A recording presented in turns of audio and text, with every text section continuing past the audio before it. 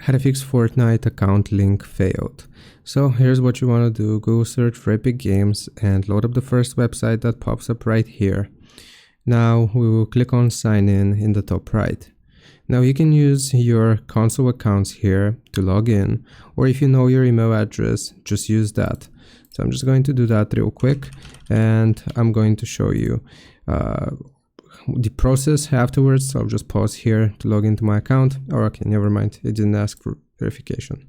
Okay, so now what we want to do is click on your name in the top right, and then we'll go into account.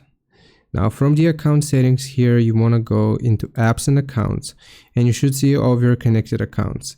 So if it says that it has been connected to one of those, that's great. However, if you want to link it to a different one, what you have to do is create a new Epic Games account. Now if you don't see it here and doesn't let you add them, don't do it. Don't remove any of these accounts, because you won't be able to relink them. So that's very important that you know.